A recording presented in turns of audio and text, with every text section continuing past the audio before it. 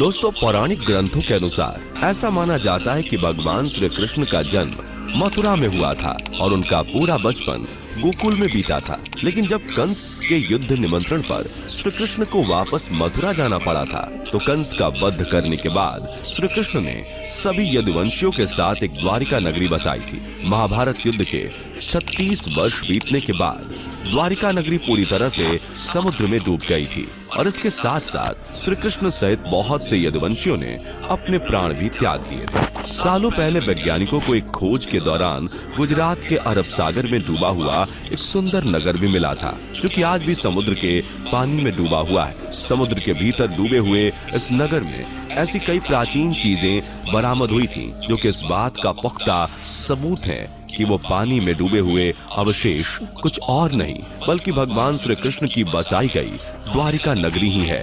लेकिन दोस्तों, क्या आपको पता है कि श्री कृष्ण की द्वारिका नगरी आखिर क्यों और कैसे डूबी थी? अगर आप भी जानना चाहते हैं इसके बारे में विस्तार से, तो बने रहें हमारे साथ वीडियो के अंत तक।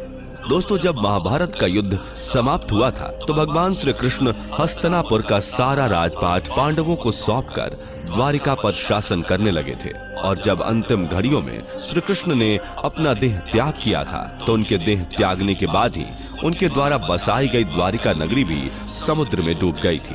पौराणिक कथाओं के मुताबिक द्वारिका नगरी के समुद्र में डूबने के दो मुख्य कारण बताए जाते हैं, जिनमें से पहला कारण है कि कौरवों की माता गांधारी का श्री कृष्ण को श्राप देना, और दूसरा है कि कई ऋषियों ने मिलकर श्री कृष्ण के पुत्र सांब को श्राप दिया था, जिस वजह से द्वारिका नगरी समुद्र में डूब गई थी। इनमें से पहली कथा के मुताबिक ऐसा बताया जाता है कि जब कौरवों और पांडवों के बीच लड़ा गया महाभारत युद्ध समाप्त हुआ, तो इस युद्ध में सभी पांडव कौरवों का वध करने के बाद श्री कृष्ण के साथ हस्तिनापुर आए थे। हस्तिनापुर पहुंचने पर महर्षि व्यास के शिष्य संजय ने कौरवों की माता गांधारी को बताया कि सभी पांडव श्री कृष्ण के साथ हस्तिनापुर आ चुके हैं। पांडवों के हस्तिनापुर पहुंचने की खबर सुनने के बाद कौरवों की माता गांधारी गुस्से से तिलमिला उठी, क्योंकि गांधारी ये मानती थी कि महाभारत का युद्ध हुआ नहीं था बल्कि करवाया गया था, और इस महाभारत युद्ध के जिम्मेदार सिर्फ और सिर्फ श्री कृष्ण है। इस महाभारत युद्ध के होने से माता गांधारी के सभी कौरव पुत्र मारे गए थे और उनके पूरे कौरव वंश का विनाश हो चुका था। इसलिए माता गांधारी अपने सभी कौरव पुत्रों की मौत का दोषी सिर्फ श्री कृष्ण को मानती थी, क्योंकि उनके मुताबिक अगर श्री कृष्ण इस युद्ध को रोकना चाहते तो रोक सकते थे, लेकिन उन्होंने ऐसा बिल्कुल भी नहीं किया और इस युद्ध को आगे बढ़ाने का प्रस्ताव दिया। इस दौरान हजारों लोग मारे गए और एक महाविनाश हुआ। जब श्री कृष्ण सभी पांडवों को लेकर हस्तिनापुर गए थे, तो वहां पहुंचकर उन्होंने युधिष्ठिर को हस्तिनापुर का नया राजा घोषित किया और सारा राजपाट उनके हवाले कर दिया। उसी समय की बात है, उस महल में गांधारी भी वहां मौजूद थी और ये सब देखकर उन्होंने सभी के सामने श्री कृष्ण को अपने वंश का नाश का दोषी ठहराया और भला बुरा कहना शुरू कर दिया। इन सब के बावजूद माता गांधारी ने श्री कृष्ण को रोते रोते ये शाप भी दिया कि जिस तरह मेरे वंश के सभी पुत्र महाभारत के युद्ध में लड़ते हुए मारे गए और तुमने मेरे वंश का नाश करवाया, उसी तरह एक दिन तुम्हारे वंश का भी जरूर विनाश होगा और तुम्हारे द्वारा बसाई गई द्वारिका नगरी नष्ट हो जाएगी। तुम खुद जंगल में एक शिकारी के हाथों मारे जाओगे। माता गांधारी की ये सारी बातें सुनकर श्री कृष्ण मुस्कुराने लगे और कहा कि माता, मुझे आपका ये श्राप स्वीकार है। श्री कृष्ण की ये बातें सुनने के बाद माता गांधारी उन्हें देखकर रोने लगी। कुछ देर बाद उन्हें अपनी गलती का एहसास हुआ। इसके बाद जब माता गांधारी श्री कृष्ण से माफी मांगने के लिए गईं, तो श्री कृष्ण ने उन्हें समझाया कि माता, आपके द्वारा दिया गया श्राप तो मेरे लिए एक प्रसाद जैसा है। श्री कृष्ण की ये बातें सुनकर वहां खड़े सभी पांडव भाई भी रोने लगे और सोचने लगे कि माता गांधारी ने श्री कृष्ण को ये कैसा श्राप दे दिया है। कुछ समय बीतने के बाद श्री कृष्ण हस्तिनापुर छोड़कर वापस द्वारिका चले गए। दोस्तों, ऐसा बताया जाता है कि श्री कृष्ण खुद ये चाहते थे कि कौरवों की माता गांधारी उन्हें श्राप दे, क्योंकि जब महाभारत का युद्ध समाप्त होने के बाद पृथ्वी पर धर्म की पुनः स्थापना हुई थी, तो इसके साथ साथ श्री कृष्ण के जीवन का उद्देश्य भी समाप्त हो गया था और वह जल्द से जल्द अपने परधाम को लौटना चाहते थे। महाभारत युद्ध के दौरान जब सभी पापियों का विनाश हो चुका था, तो उसके बाद पृथ्वी पर केवल वही लोग जीवित बचे थे जो कि सच्चे दिल से भगवान को मानते थे और हमेशा धर्म का रास्ता अपनाते थे। लेकिन ऐसा कहा जाता है कि महाभारत के युद्ध में द्वारिका नगरी के लोगों ने भाग नहीं लिया था और द्वारिका में कई लोग अभी भी पुराने रीति रिवाजों को अपनाते थे और अधर्म की राह पर चलते थे।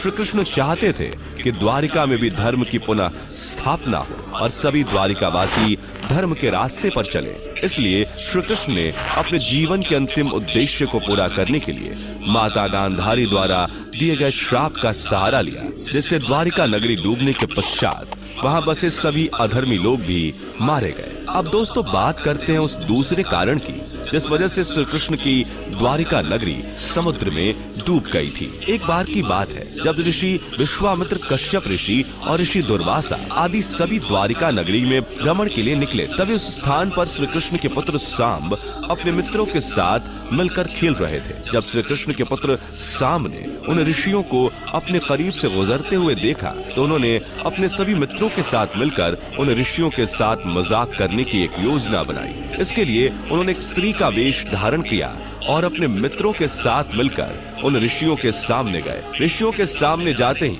उनके मित्रों ने उन ऋषियों से कहा कि हे मुनिवर, ये स्त्री गर्भवती है, हमें ये बताइए कि इसके गर्भ से क्या उत्पन्न होगा। सभी ऋषियों को सांब और उनके मित्रों की ये बात सुनकर एहसास हुआ कि उनका मजाक उड़ाया जा रहा है, जिससे वो बहुत क्रोधित हुए और उन्होंने सांब को ये श्राप दिया, इसके गर्भ से एक ऐसा मूसल उत्पन्न होगा जिससे तुम्हारे सारे वंश का विनाश हो जाएगा।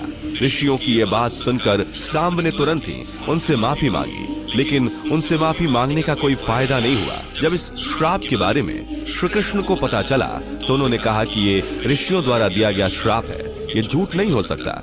इसके कुछ समय बीतने के बाद ठीक वैसा ही हुआ जिसका डर था। अगले दिन ही सांब ने एक लोहे का मूसल उत्पन्न किया जो कि देखते ही देखते अदृश्य हो गया।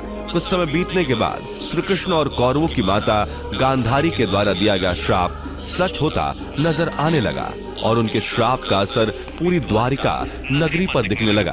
द्वारिका में हर दिन कोई ना कोई अनहोनी घटनाएं शुरू हो चुकी थी, जैसे कि चूहों की संख्या बढ़ जाने की वजह से फसल और अनाज बर्बाद हो रहे थे और इस समस्या से द्वारिका में रहने वाले लोग का जीना मुश्किल हो गया था। इस समय तक द्वारिका वासियों में मतभेद इतने ज्यादा बढ़ चुके थे कि उनके बीच आए दिन किसी न किसी बात पर झगड़ा होता रहता था। इसी के साथ साथ सभी द्वारिका वासी तामसिक क्रियाओं के भी शौकीन हो चुके थे। ये बातें देखते हुए श्री कृष्ण ने अर्जुन तक ये संदेश भिजवाया कि वो द्वारिका आकर उनके नगर के कुछ लोगों को एक सुरक्षित स्थान पर ले जाएं। श्री कृष्ण का ये संदेश जब अर्जुन के पास पहुंचा तो वो उनसे मिलने द्वारिका गए। द्वारिका जाकर अर्जुन ने देखा कि यहाँ तो सभी यदुवंशी आपस में लड़ कर एक दूसरे का विनाश कर रहे हैं। अर्जुन को देखकर श्री कृष्ण ने उनसे ये कहा कि द्वारिका जल्द ही समुद्र में डूबने वाली है। हे अर्जुन, इसलिए तुम यहाँ से सभी द्वारिका वासियों को अपने साथ लेकर हस्तिनापुर चले जाओ। श्री कृष्ण की ये बात सुनकर अर्जुन सभी द्वारिका वासियों को अपने साथ ले जाने के लिए राजी हो गए और इसके लिए वो तैयारियां करने लगे। लेकिन तभी श्री कृष्ण के पुत्र प्रद्युम्न की मृत्यु हो जाती है। प्रद्युम्न की मृत्यु के बाद श्री कृष्ण के भाई बलराम भी अपने प्राण त्याग देते हैं। इसके बाद श्री कृष्ण एक दिन वन में पेड़ की छांव के नीचे बैठकर माता गांधारी के द्वारा दिए गए श्राप के बारे में सोच रहे थे। तभी वहां एक शिकारी आया और उसे लगा कि पेड़ के नीचे कोई हिरण है और उसने श्री कृष्ण के पैरों को हिरण का मुंह समझकर उन पर बाण चला दिया। ये बाण जाकर श्री कृष्ण के पैर के अंगूठे में लगा और जब शिकारी अपने शिकार के पास पहुंचा तो उसने देखा वहां श्री कृष्ण लेटे हुए हैं और उनके पैर के अंगूठे से खून बह रहा है। यह सब देखते हुए उस शिकारी ने श्री कृष्ण से माफी मांगी। श्री कृष्ण ने भी उस शिकारी को माफ करके अपना देह त्याग दिया। जब श्री कृष्ण की मौत की खबर उनके पिता वासुदेव को पता चली तो उन्होंने भी अपनी तीनों पत्नियों के साथ अपना देह त्याग कर दिया। इसके बाद अर्जुन ने उन सभी का अंतिम संस्कार किया। इसी के साथ साथ जितने भी द्वारिकावासी आपस में लड़कर मारे गए थे, अर्जुन ने उन सब का भी अंतिम संस्कार किया। इसके बाद अर्जुन को सभी द्वारिकावासियों को हस्तिनापुर ले जाने का वचन याद आया जो कि उन्होंने श्री कृष्ण और उनके पिता वासुदेव को दिया था। फिर अर्जुन द्वारिका में बचे हुए सभी लोगों को अपने साथ हस्तिनापुर ले गए। अर्जुन के हस्तिनापुर पहुंचने के बाद देखते ही देखते श्री कृष्ण की द्वारिका नगरी समुद्र में डूब गई थी। ऐसा बताया जाता है कि साल 1963 में पहली बार पुरातत्व विभाग को गुजरात के पास वाले समुद्र से द्वारिका के अवशेष प्राप्त हुए थे और इसी के साथ साथ उन्हें तकरीबन 3000 साल पुराने बर्तन भी मिले थे। वैसे दोस्तों, कमेंट करके बताइए कि आज की हमारी जानकारी आप